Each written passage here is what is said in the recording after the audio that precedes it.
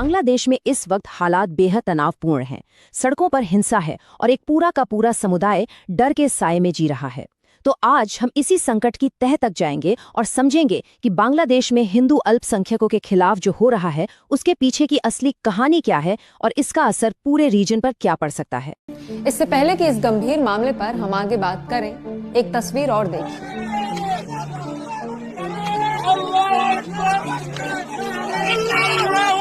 सकती है एक शख्स जमीन पर गिरा पड़ा है और उसको सैकड़ों की भीड़ ने घेरा हुआ है। इसके बाद ये लोग उसे एक के बाद एक बुरी तरह से मारना पीटना शुरू करते हैं। अधमरी हालत में पड़े उस व्यक्ति के शरीर में कोई हरकत भी नहीं हो रही, लेकिन ये भीड़ तब भी नहीं रुकती। कोई पैरों से मार रहा है तो कोई उसके शरीर के ऊपर कूद रहा है। उसे तब तक पीटा गया जब तक उसकी जान नहीं चली गई।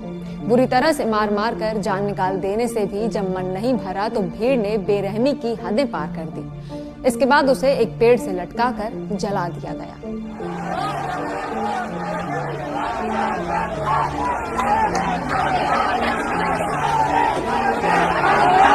तस्वीरों में जिस व्यक्ति पर हमला किया जा रहा है उसकी पहचान दीपू चंद्र दास बताई जा रही है। उन्होंने सरकार पर उदासीनता का आरोप लगाया।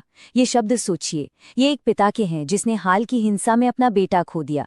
ये सिर्फ एक बयान नहीं है बल्कि उस गहरे दर्द की आवाज है जो हमें सीधे इस संकट के मानवीय पहलू से जोड़ता है।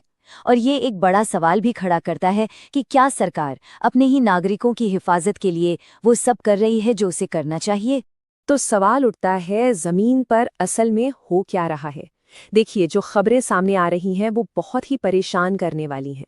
तो सबसे पहले हमें उन घटनाओं को ही देखना होगा जो इस पूरे संकट की जड़ में है। ढाका और दूसरे शहरों से जो रिपोर्ट्स आ रही हैं वो वाकई दिल दहलाने वाली हैं। मतलब ये कोई छोटी मोटी झड़प नहीं है, ये बड़े पैमाने पर फैली हिंसा है।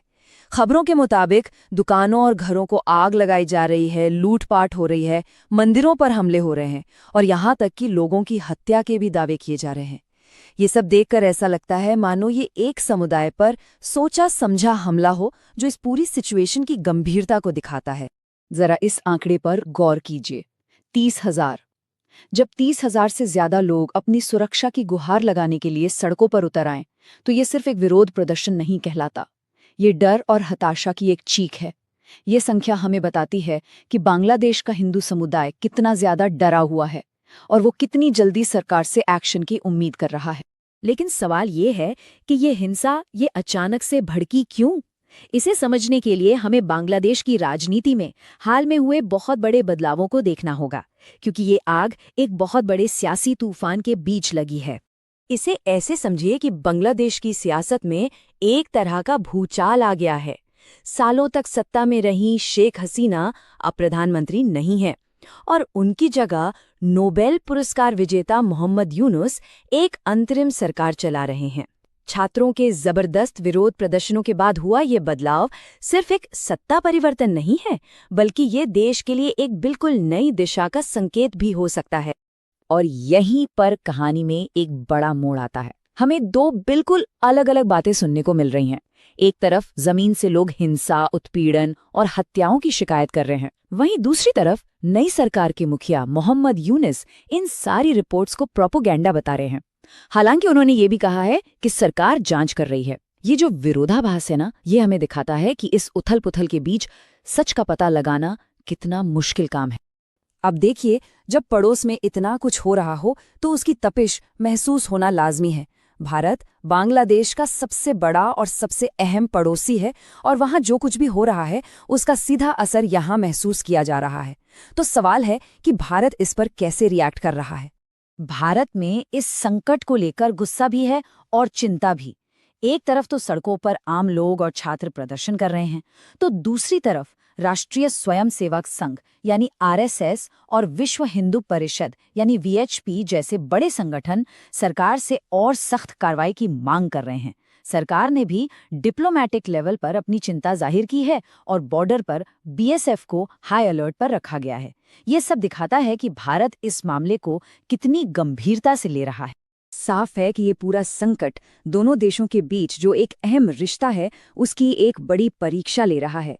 चलिए अब भारत और बांग्लादेश के बीच मौजूदा संबंधों को थोड़ा और गहराई से समझने की कोशिश करते हैं। अगर भारत बांग्लादेश के रिश्तों को देखें तो एक बड़ी दिलचस्प और थोड़ी अजीब सी तस्वीर दिखती है। एक तरफ व्यापार हो या सीमा सुरक्षा, इन मामलों पर सहयोग पहले की तरह ही चल रहा है।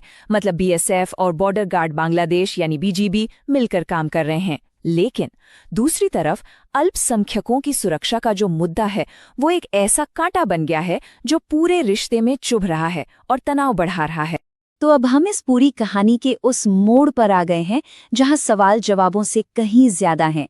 ये सिचुएशन बहुत नाजुक है और इसका भविष्य क्या होगा ये कहना अभी बहुत मुश्किल है। तो आगे क्या हो सकता है? हमें कुछ बहुत जरूरी चीजों पर नजर रखनी होगी। पहला, क्या बांग्लादेश 2026 के तय चुनावों तक राजनीतिक तौर पर स्थिर रह पाएगा? दूसरा, क्या वहां के अल्पसंख्यक समुदाय खुद को सुरक्षित महसूस कर पाएंगे? तीसरा, भारत और बांग्लादेश अपने इस नाजुक कूटनीतिक रिश्ते को कैसे संभालेंगे? और आखिर में, क्या दुनिया के बाकी देश भी इस संकट पर ध्यान देंगे? तो घूम फिरकर सबसे बड़ा सवाल यही रह जाता है, इस बदलते हुए सियासी माहौल में बांग्लादेश के अल्पसंख्यक समुदायों का भविष्य क्या है? ये एक ऐसा सवाल है जिसका जवाब तो आने वाला वक्त ही देगा, लेकिन इतना तय है कि इसका असर पूरे दक्षिण एशिया पर पड़ सकता है।